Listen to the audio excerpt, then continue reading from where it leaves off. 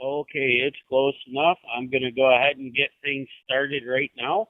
I want to make some quick announcements before we try to take any registrations for the net tonight. If you have any questions, comments, or any information on any of the topics presented in tonight's net, you can email us at prepnetchannel14@gmail.com. That will be PrepNetCH14. That will not be the word channel. It'll just be CH4 channel, and then the number 14 for 14. prepnet@gmail.com. I'm going to give a short pause here. We also have a YouTube channel that Jim has been putting all of our nets on, as well as additional information. You can find us on YouTube at PrepNet-Talk2Me. That is the @ with a capital P, lowercase REP, capital N, lowercase ET, dash talk to me with a capital T for talk, the number 2, not the word 2, and then a capital M for me. At PrepNet-Talk2Me will be the YouTube channel with all the information and with some extra information. Thank you, everybody. Let me give another short pause here. Tonight's topic will be suggested combinations of food classes. 2 Sundays ago, we did discuss food classifications, and those that we looked at were canned storage food, storing fresh or frozen food, dry food, bag food, MREs, freeze-dried, and also dehydrated foods. Going to give a short break. Tonight's topic will be suggested combinations of those food classifications.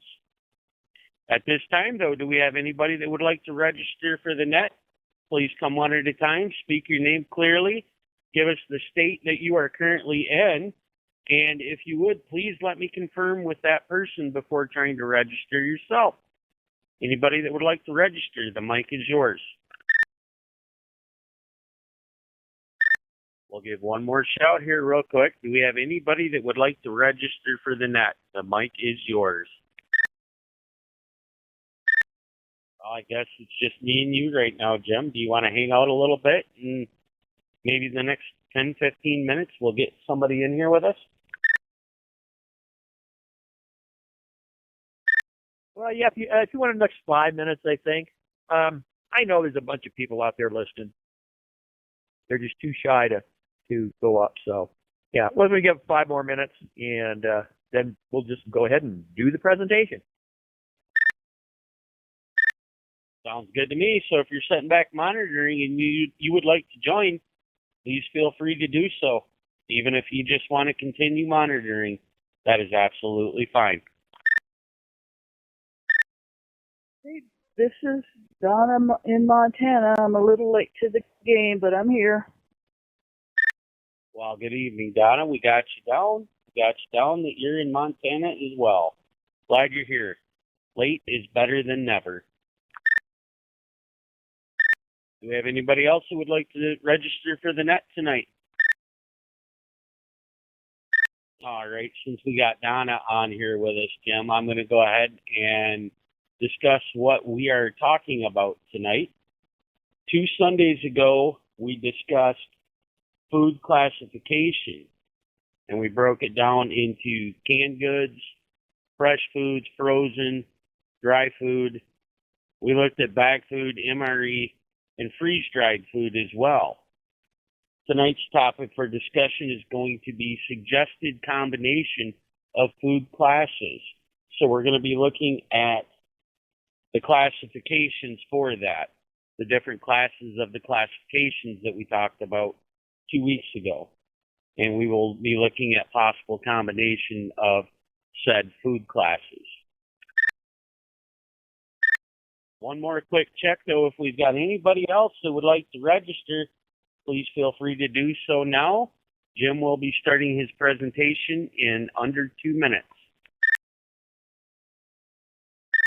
All right, we got less than a minute before Jim is going to start his presentation. I just would like to announce that we do have an email for any suggestions, comments, or questions. That will be at prepnetchannel14@gmail.com. It is the word prep, P-R-E-P, the word net, N-E-T, with C-H, not the word channel, C-H for the word channel, 14, prepnetchannel14@gmail.com. We also have a YouTube page where Jim presents every net as well as an expanded presentation, which goes over things that we discussed a little bit deeper during the net as well as other ideas. This is on YouTube, and you can find it at PrepNet-Talk2Me. That is the @ capital P, P-R-E-P, capital N-E-T, at PrepNet-Talk2Me. It's the word talk with a capital T, the number 2, not the word, capital M on the word me, at PrepNet-Talk2Me. That is where you will find our presentations on YouTube as well. At this time, though, Jim, the floor is yours, sir. Okay, very good. Red Bear and Donna, and all you people out there listening. Don't I have an inflated ego? Anyway, I hope those that were here last week did get a chance to watch the expanded presentation on the phone planning app to get a better idea how this app might help you in creating your prepping plans. Also, be sure to watch watch the comments video on the planning app, which covers many of the comments that were made during our round table. And break real quick. Because I hit the wrong button, like things scrolled out of the way. If I didn't have this on in front of me, I wouldn't know what to do. So, with that making, no, I got to scroll even further. I'm a slut. I don't know what the heck I'm doing. Jeez, what a dummy. See, even I can make mistakes. Anyway, now on to this week's topic break. Okay, as we heard, our previous food topic introduced you to the different food classifications of, fresh, frozen, dry, canned, dehydrated, etc. But you cannot pick one. To maintain a well-stocked pantry, you will need to have a variety of foods from different classifications. There's no single food classification that we discuss that can provide everything you will need. Not only will the food you pick to store help you in an emergency, but you will be able to use those food stocks daily. There's the added benefit that the food you're going to use that you bought 1 or 2 years ago at a reduced price. And if something happens, like you get hurt or lose your job, at least you don't have to worry about the cost of food. Right? First, one of my philosophies on food storage, I'm not one to go and purchase the 30-day to 90-day freeze-dried food stores advertised on TV. If you take a look at what you get, you will find that you will only get, if you're lucky, 10 to 20 different entrees. Now, if you think about it, you will get very tired of the food because there will be a limited variety to pick from. You will be eating the same thing over and over and over again.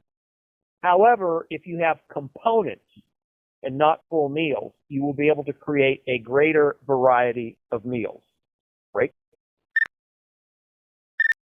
My second philosophy on food storage, I want each item of food I store to be able to do many different things.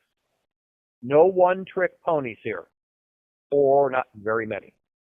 An example, if I have a home canned jar of ground beef, what can I use this for? I can use it to make a meatloaf, filling for tacos, any casserole that uses ground beef. Even make a hamburger. You ask me about a Bell burger. If I have home canned jar of beef stew, there are very few things I can use that for except as beef stew, right? My third philosophy on food storage, have more of an item that can be used for many things. I have more stores of home canned and freeze-dried ground beef than I have of freeze-dried hamburger patties. I have many more options with the ground beef than with the hamburger patties, although the patties make it easy to make hamburger on a bun, right? And my fourth and final food philosophy, always have some quick and easy meal options on hand. I know this goes against my previous three philosophies on one-trick pony food storage. This is useful when all of a sudden it's mealtime and you need something quick. This is where that can of stew, chili, or SpaghettiOs comes in handy. But this should not be your main type of food supplies. Great. Okay, store home or store-bought canned foods at your bug-out location if possible. When you do your planning, you will find it difficult to bring enough food with you without pre-storing food at your bug-out location. Remember, you do not know how long the incident will last, so over-plan. You should have a stock of canned vegetables, fruits, beans, meats, and pasta sauces. For those quick meals, have soups, stews, refried beans, etc. You really need to learn how to pressure can. More on this in our All About Preservation series. That's my break without my mouth. On the dry side, you definitely need wheat, flour, rice, dry beans, dry pasta, popcorn, green coffee beans, ramen noodles, and sugar. Now, before learning to pressure can, you absolutely need to learn how to bake your own bread and rolls. And we will cover this in future nets. Great. You could have some dehydrated foods. These are great for those stews and soups you want to make. Dehydrated foods are great to eat without rehydrating, and they're great to use in baking. Dehydrating your own food is the least expensive way for you to preserve food. And we will cover more on this in about all about preservation series. You can't dry all foods. However, here are some you can, like corn, green beans, peas, onions, celery, peppers, and potatoes. And fruits like apples, pears, bananas, peaches, etc. No meats, no liquids, no soups, no stews, no casseroles. Great. Dehydrating foods tends to shrivel them, and its texture is very tough or even sometimes hard as a rock. Now we come to my favorite classification of food, freeze-drying. You should have more freeze-dried food than any other classifications of food, if you can. It doesn't weigh much, which is good for your bug out. You can freeze-dry many more types of foods than any other classification. Preparation is usually fast, as all you need to do is bring most foods back is to add water and wait a bit. The wait could be from 1 minute to 20 minutes, depending on the density of the food, right? As an example, I just used some freeze-dried 1-inch cut beef cubes for a casserole I made. I put the beef cubes in a bowl, add water to cover, and waited 15 minutes. The meat came back just as it was when I first pulled it out of the oven in 2014. The meat was tender and delicious. There are foods you should eat just as freeze-dried, like radishes, cabbage, olives, cucumber, marshmallows. Man, those are great. Skittles, ice cream, and corn. Yes, freeze-dried corn is a great snack. And speaking of snacks, break. How about apples, pears, peaches, bananas, grapes, melons, and flavored yogurt? Now, there are foods that you wouldn't think you could freeze-dry. Here's a partial list.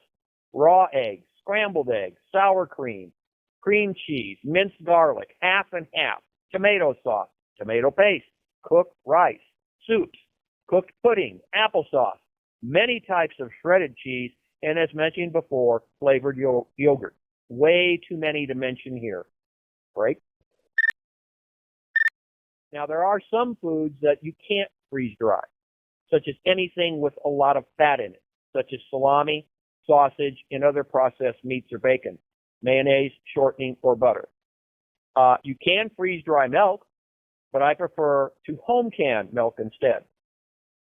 I actually prefer to use whole milk powder called El Nido for my normal milk use and 2% powdered milk for use in my baking. Break. This is the reason why you need a combination of different food classifications, as you cannot preserve every type of food by one method. We will cover more about home freeze drying in the All About Preservation topic later on, with a breakdown of how soon a home freeze dryer will pay for itself. As you can see, if you will be bugging out, it is very advantageous to have a bug out location where you can pre-position your food stores. Break. And again, if you have any questions about the food classifications discussed previously or what you heard tonight, please ask during the roundtable, or, as Red Bear said, send your question to prepnetch14@gmail.com and enter question in the subject line, as we cannot cover everything here on the net due to a limited time. I also urge you to view the expanded presentation on our YouTube channel for additional information on the topic. Next week, we'll finish the All About Food series with how I use my food preps to give you food for thought, no pun intended, on what you might want to stock up on. And I'll throw it back to Red Bear. Copy that, Jim. I'm just taking some last notes real quick. I'm going to give a short pause here. All right, before we start discussing everything here that Jim has presented, I want to see if we have anybody that would like to register for the net. If so, please speak your name slowly, clearly. Let us know what state you are currently in. And if somebody beats you to the mic, please let me double check with them and confirm that I've got them registered before you try to register yourself. At this time, the mic is open for any registrations. All right, Donna in Montana. Donna, what are your thoughts and comments on the information presented tonight?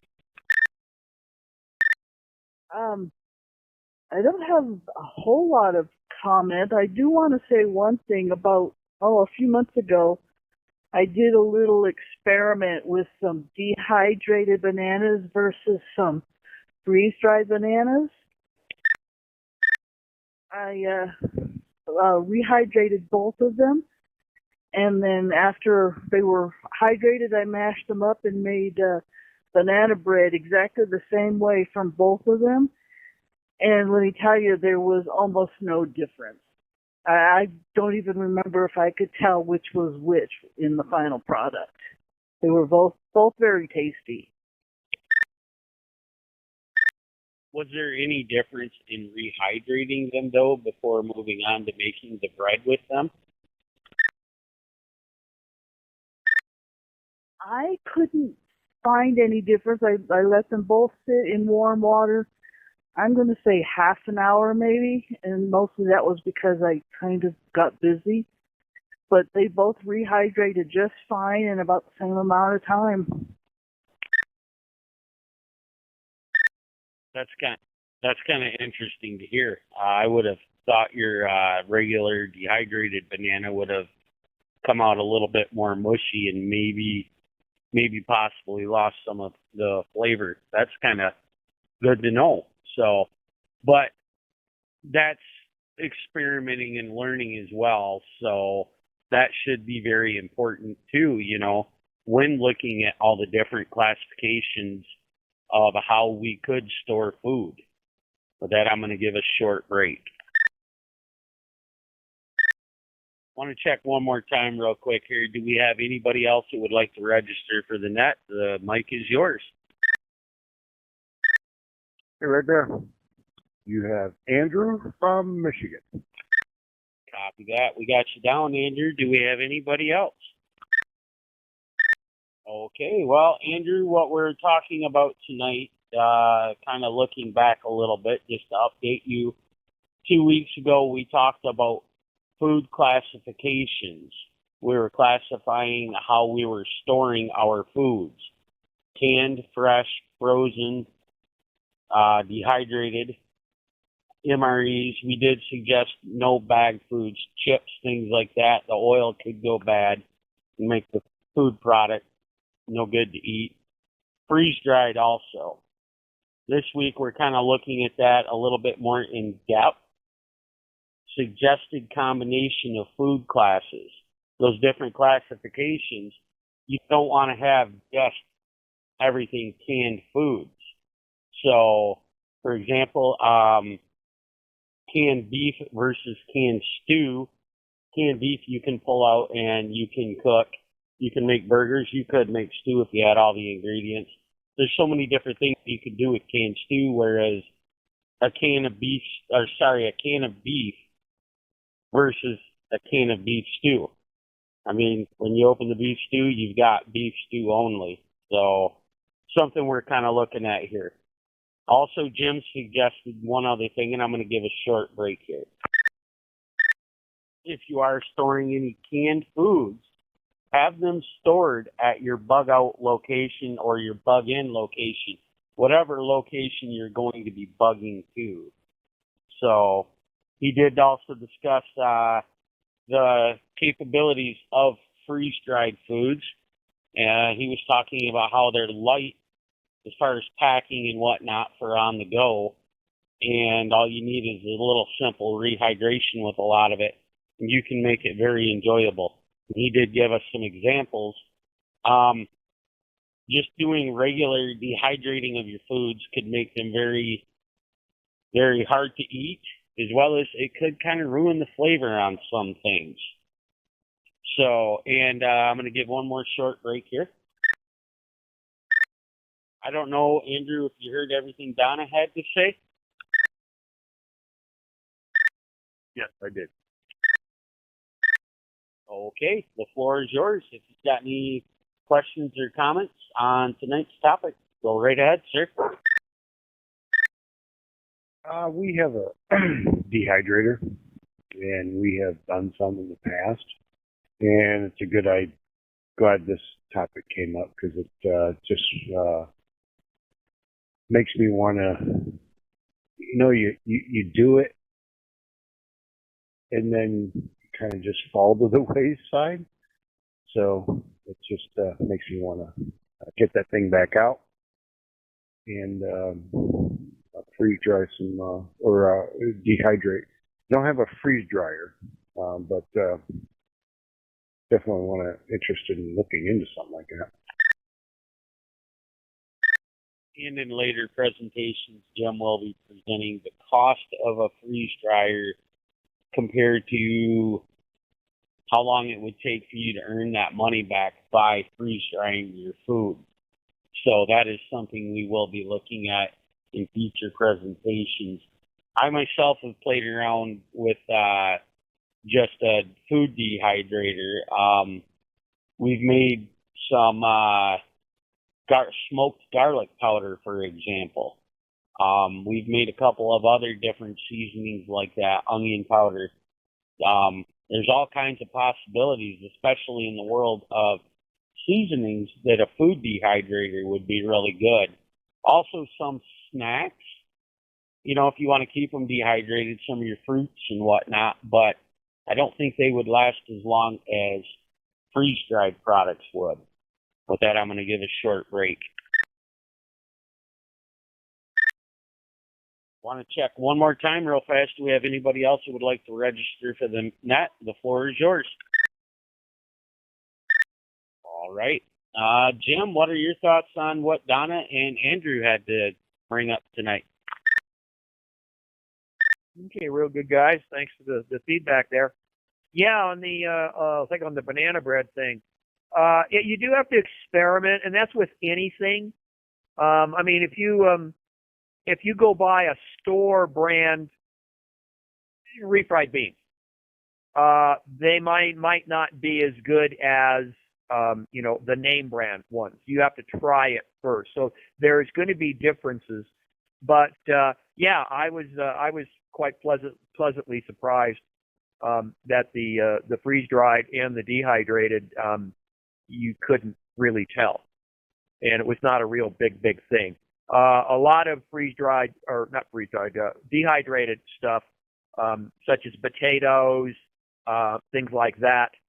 Potatoes come out as hard as a rock when you do it and you slice them, and they're not going to rehydrate quickly, so they really need to be cooked long and hard in, like for a stew or a soup or something. Let me break. So yeah, but yeah, Andrew, I would continue to play with the dehydrator and find out what I actually built. I mean, I had commercial ones, but they weren't freeze drying enough food, so I built one that will take 20. They're probably 9 by 14-inch trays, and it didn't cost much to build it, and worked quite well. In fact, most of my dehydrated food has come from that. And real quickie break here. You might try doing vegetables, corn, peas, green beans. Buy them frozen in the store. All your prep's done, and all you got to do is just put them out on your trays. You may have to get a little mesh, if your trays have holes too big, and freeze dry or dehydrate those. That's how I freeze dry also, because all the work's done. All I got to do is open the bag, dump it on the tray, throw it in the freeze dryer, and it's done, as opposed to growing my own corn and having to get the kernels off of it, or growing peas and having to do all that stuff. So anyway, let me break one more time. Yeah, I've always said that. Yeah, the freeze dryer, we're going to talk a lot more about that. I'm trying to get information set, but when I bought mine, which was many years ago, when the first home people could buy them, they said depending on what you freeze dried, it would take you 50 to 100 sessions, in other words, freeze sessions, to recoup the full cost of the freeze dryer, and that was based on you buying that much commercially freeze-dried stuff. So if you bought a lot of meat, it would take you fewer sessions because of the cost of the meat. If you freeze-dried something that really didn't cost very much, it would cost you more. And I literally tracked it. I tracked the electricity, the bag I put it in, et cetera, et cetera, et cetera. And freeze dryers are even much cheaper than they were when I bought mine. So you can recoup the cost. Just look at it as, when I get this, I'm going to use it, because I understand, you use it for a while, then you sort of forget about it. But anyway, any more questions or anything on that? I'll throw it back to Red Bear. I actually have a question for you, Jim. In today's market, with the price of freeze dryers, what would be the better, more money efficient freeze dryer, going out and buying one or building one? Now, granted, I am aware of the fact that you said you built yours because you felt you just couldn't get enough freeze dried in one round. So you built yours with the intent of being able to load more food product into the freeze dryer. So what's more cost effective here? Buying one outright or building one? Okay, just a clarification. I built a dehydrator, and if I said freeze dryer, I totally apologize. I have a habit of doing that. I did not build the freeze dryer. That's way too complicated for just the average guy to do. But the dehydrator, I did. And there's a lot you can dehydrate. So is that what you were talking about? Yeah, I apologize. I thought you said you built freeze dryer, not a food dehydrator. But again, curiosity, what's more cost effective, building a dehydrator or buying one? Building one, absolutely. Probably your standard, and I started to say it, dehydrator, like the round ones, those are going to go for, $100, maybe 80. You might get 4 or 5, maybe 6 of those round trays on it. And the one I built could do probably 7 to 10 times that amount of food in a little bit more time. And it literally, I used some scrap wood, scrap 2x4s, scrap sheeting. I think I got some just electrical light outlets and put incandescent bulbs in them and a fan. And I hooked some of the bulbs up to one switch, some up so you could regulate the heat. Put a vent at the top that you could adjust, and this thing stands probably 6 feet tall, and it's probably 2 feet deep and roughly maybe 3 feet wide. That's how big it is. And it has, like I say, it has 10 shelves that can hold 2 of these basically 8 or 9 inch by, maybe 17-inch deep trays for each one. So, and that cost me almost nothing. I don't even think you can get one out on the market that size. I was thinking, like a Lim. I know Lim is a company that makes dehydrators, and they make a fairly good sized one, but I don't think you can get one that big unless you go into maybe like a commercial type setup. That is amazing. Because if you think about it, all a dehydrator does, if you look at the commercial ones, you have a temperature setting, and the temperature's not really hot. I mean, you might be able to go up to 115, 120. And of course, they have suggestions. If you're doing this particular thing, set it to 95. If it's this particular food, set it to this. All it's doing is moving that warmer air, not hot, warmer air past the food, and it's taking away. It's just like normal evaporation. That's all dehydration is. And as long as you can provide enough heat or light and air movement, I actually had 2 fans on mine, and I could either put one fan. It's just like the older desktop computers that had a vent fan in. That's all it is. It's not anything elaborate or anything like that. And as long as you move that air and allow it to exhaust out the top, it is going to dehydrate your food. And the major part of the food that I've dehydrated in bulk has been with that unit. And it runs about 24 hours to do that, roughly. You have to check because, each thing is, dependent on what type of food you're doing. Let me break. Which a freeze dryer is going to run about 24 hours for a batch, and that's probably a 15th of what the dehydrator that I built. So like I said, you just can't pick one way of doing things. And, and that again is the most economical. It can do a lot of the foods, won't do your meat. That's where canning comes in. But you can freeze dry, or not freeze dry. I did it again. Dehydrate a lot of stuff in that. And you do it. You can even put an external thermometer in there, watch things. But I mean, it does not cost that much money. Copy that, Jim. Thank you very much. I want to check real quick, though. Do we have anybody else who would like to register for the net tonight? All right. Donna, what's your thoughts on Jim's dehydrator that he built? That dehydrator is actually quite impressive. I haven't seen it in action, but I have seen the unit. It's quite interesting. And also he was talking about getting already pre-frozen food. For us, that's the most economical way to go because where we are, our growing season is almost nothing. We're about ready to head into some more overnight, really low temperatures, so we can't grow our own food here very much.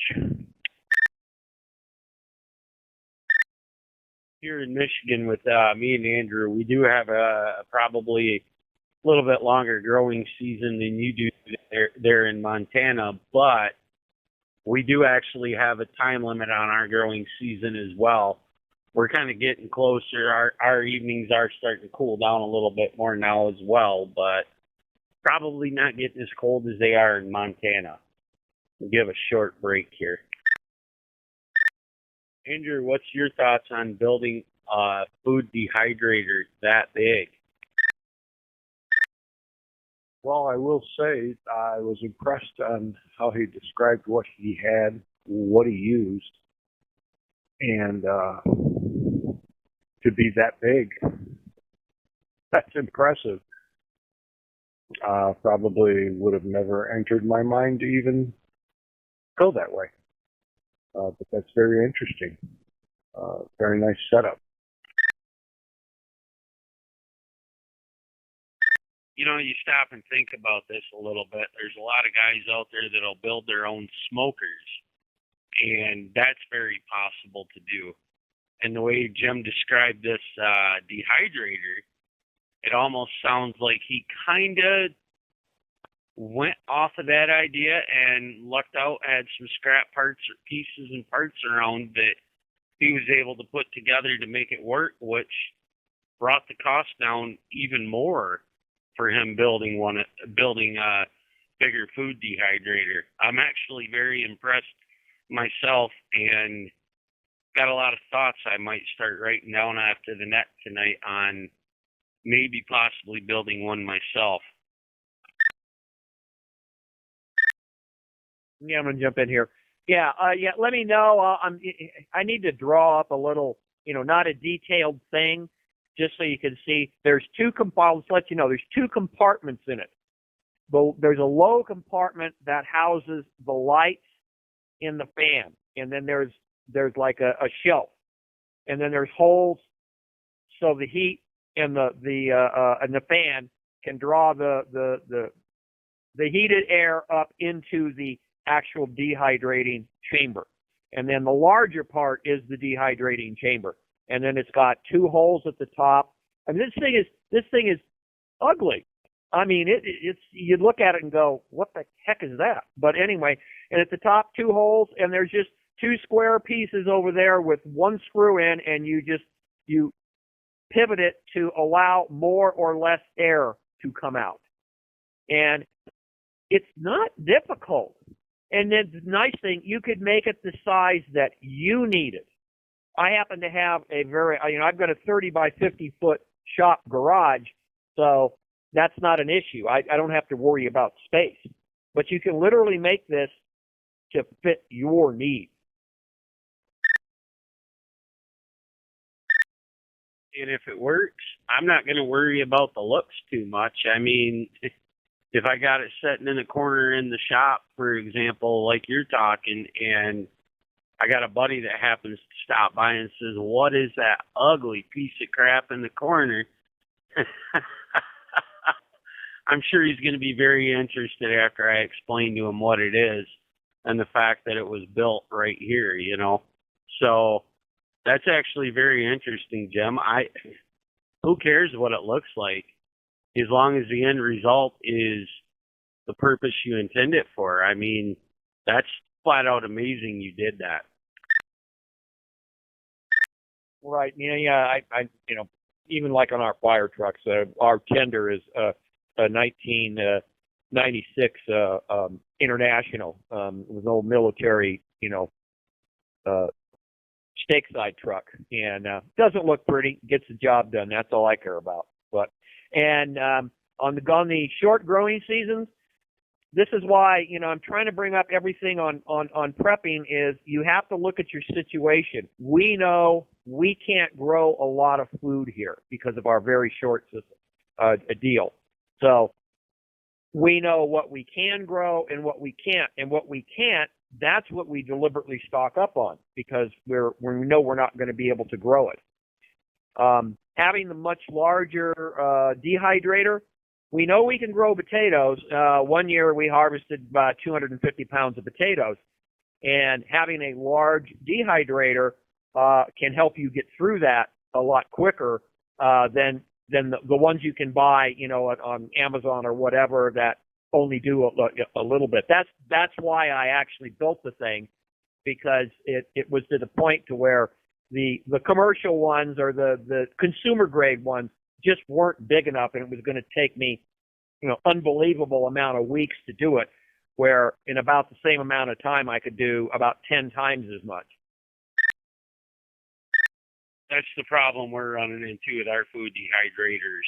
Yeah, that was plural, dehydrators. We've got consumer grade dehydrators, and we've got 3 of them, I think. And we usually pull all 3 out just to make it worthwhile dehydrating what we've got, even with seasonings.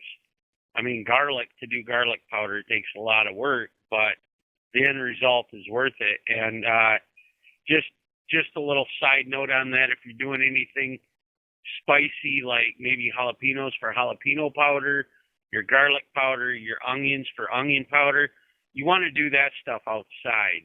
So getting into the fall and the winter season's probably not a good time to do that.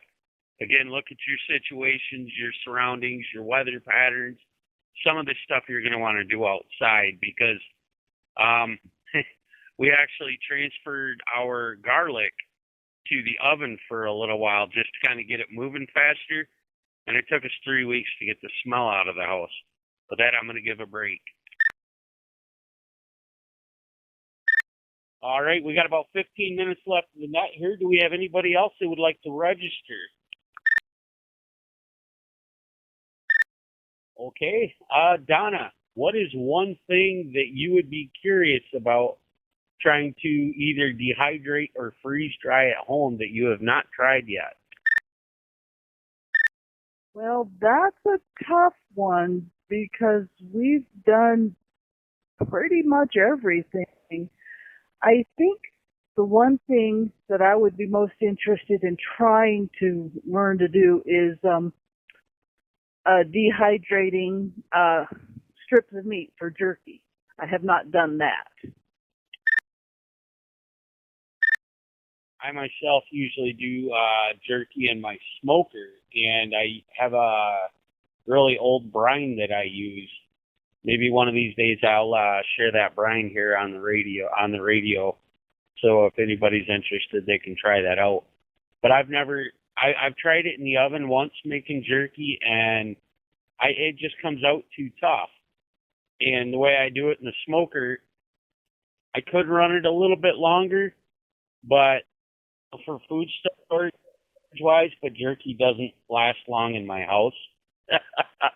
So I kind of pull out some very small versions of steak.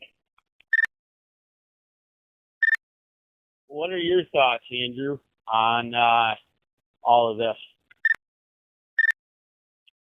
We've done fruits mainly just for snacks, banana chips, oranges, strawberries, and stuff like that, just to have snacks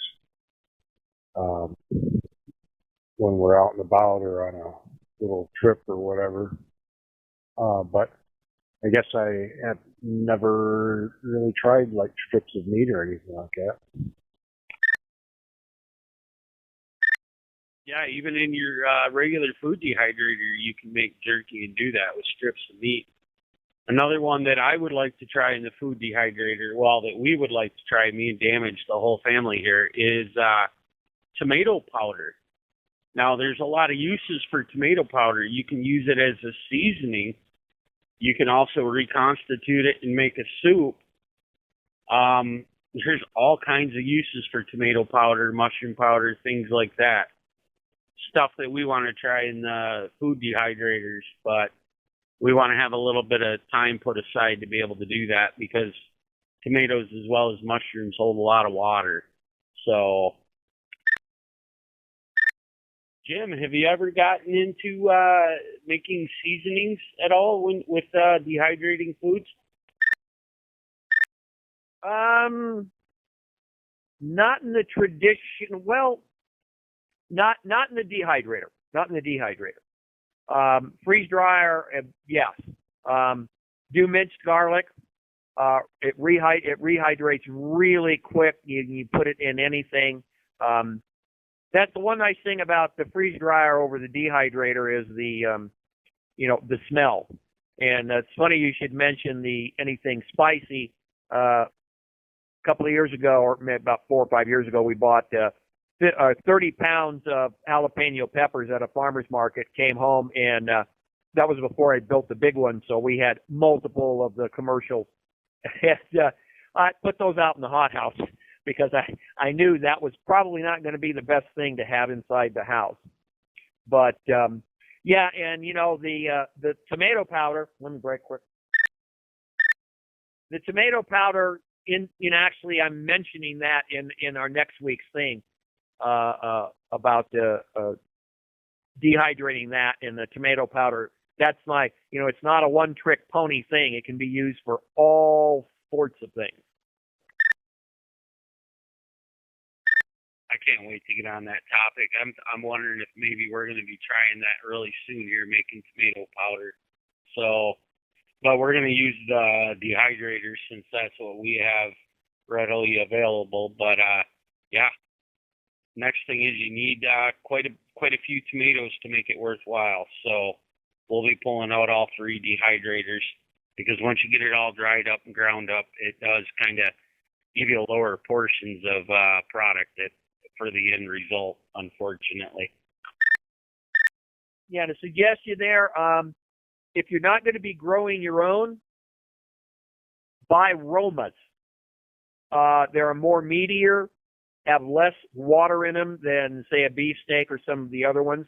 So they will dehydrate better.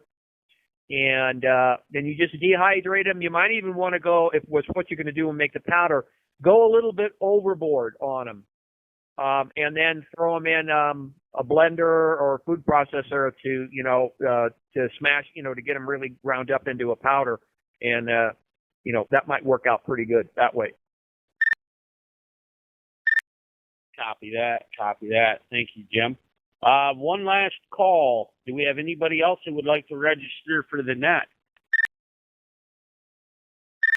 All right. Donna and Andrew, do you have any last thoughts tonight?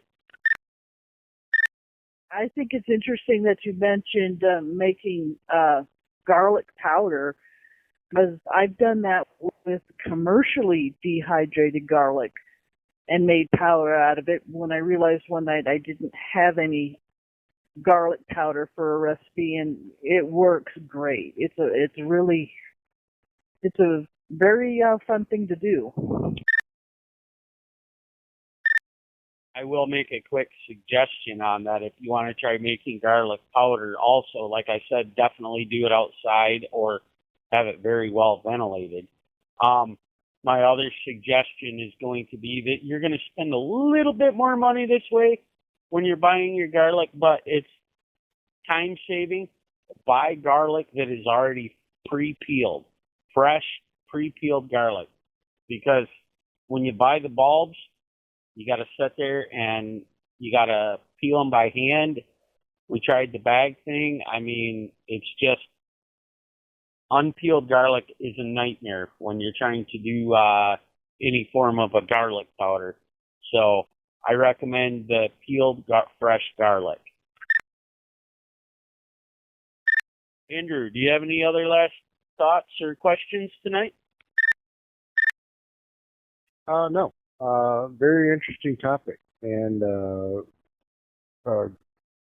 great ideas on Jim has done and what Donna has done, and like I said, I have a dehydrator. We've used it, and like I said, I kind of fell at the wayside of doing anything with it, and so you've sparked my interest in getting it back out and playing around with it again, for sure. Yeah, ours just kind of fell to the side too, but we're getting the gears turning. We're probably going to be getting them out. Need to anyways. So, well, Donna and Andrew, I want to give you guys a special thanks for showing up to the net tonight. Without you guys, this net would not be possible. I'm going to give a quick rundown of a few things here, and then we will wrap it up. Okay, really quick here. You have any questions? We do have an email, and we ask that you put on the subject line question. Our email is prepnetchannel14@gmail.com. It's all one word, prepnetch14. Please do not type the word channel in for channel. Just put ch14@gmail.com. We also have a YouTube channel where Jim puts every net that we host and present. And he also does an expanded presentation there as well. And that is at PrepNet-Talk2Me. We encourage everybody to go check that out as well. On the expanded version, Jim does kind of go over some of the topics, things that are brought up in the net and ideas. So the expanded version is a very, very good thing to check out. Gives you more information. I'm going to give a short pause here. As Jim said, next week's topic, no pun intended, food for thought next week. And Jim, if you would, I'm going to let you give us a quick little rundown on what that is going to be about. Okay, it's a continuation of something I said this time about I want components, and I want everything that I have to be able to be used for more than one thing. So it's really, pinned towards that, to where, okay, wheat, it can be used for this. Everybody thinks bread. There's other things it can be used for. Things of that nature, to where, think of a hammer can be used for more than one thing. Fire extinguisher is only good for one thing, but everything else, like in your kitchen, should be able to multitask. And that's sort of what I'm hitting there. So, people aren't getting just the meal; they're getting components, and the components they're getting can be used for many different things, which gives you a big variety. And as I've said before, we don't want to just survive; we want to thrive. So as much as we can keep our lifestyle when things really go wrong as normal, and food is a very, very big part of that, if you can turn around and make, hundreds of different types of meals out of your stores, instead of, okay, I got 4 cases of this and 3 cases of that, and I'm sick and tired of it after about a week, that's the intent. Copy that. Thank you very much, Jim. I want to double check. Donna and Andrew, do you have any last thoughts or comments on next week's topic before we go ahead and shut the net down? Nothing for me. I just wanted to say thank you to you guys for running this net. It's always fun to listen in. Thank you guys for having the net. Sorry I was in there a little late, but looking forward to next week's net as well. Thank you. Well, next week we're going to have the late caps for those who show up late, Donna and Andrew. Kidding, guys, kidding. We have anybody sitting in the background currently monitoring. We want to thank you for being here as well. Maybe next week will be your week that you step up and register with us. You can register, and you can let us know that you want to monitor. It'd be great to know you're out there. We would be very appreciative. With that, I'm going to give a short break. All right, Jim, do you have any last thoughts before we shut this down? No, not really. We're probably kind of light because it's getting near winter, especially for us up here. And so probably a lot are out enjoying the weekend. Anyway, thanks for the participation, and definitely thanks for the feedback, because that does influence what I do in the future, because you guys might bring up something that I didn't think of. And that's something else real quick. Jim does pay attention to questions and comments and puts thoughts into everything. And he does bring those questions and comments up in future presentations. So, Jim, I just want to give a special thank you to you as well for everything that you do for this net. Jim does put a lot of time and effort into this. He keeps the email running. He keeps the YouTube channel running. And he also puts together these presentations for us, guys. So without Jim, this net would not be possible. So thank you very much, Jim. I'm going to give a short break here. Well, it is officially 8 o'clock Eastern Time. Now we're going to go ahead and shut this net down. I do know on Channel 16, I believe there is a GMRS roundtable net going on right now if anybody's interested in that. So with that said, we're going to shut this net down. I want to thank everybody for being here. Had a good time, had some good topics and good conversation. We're going to turn the channel over to regular operations now. Thank you very much, everybody. Have a great night and end of your weekend.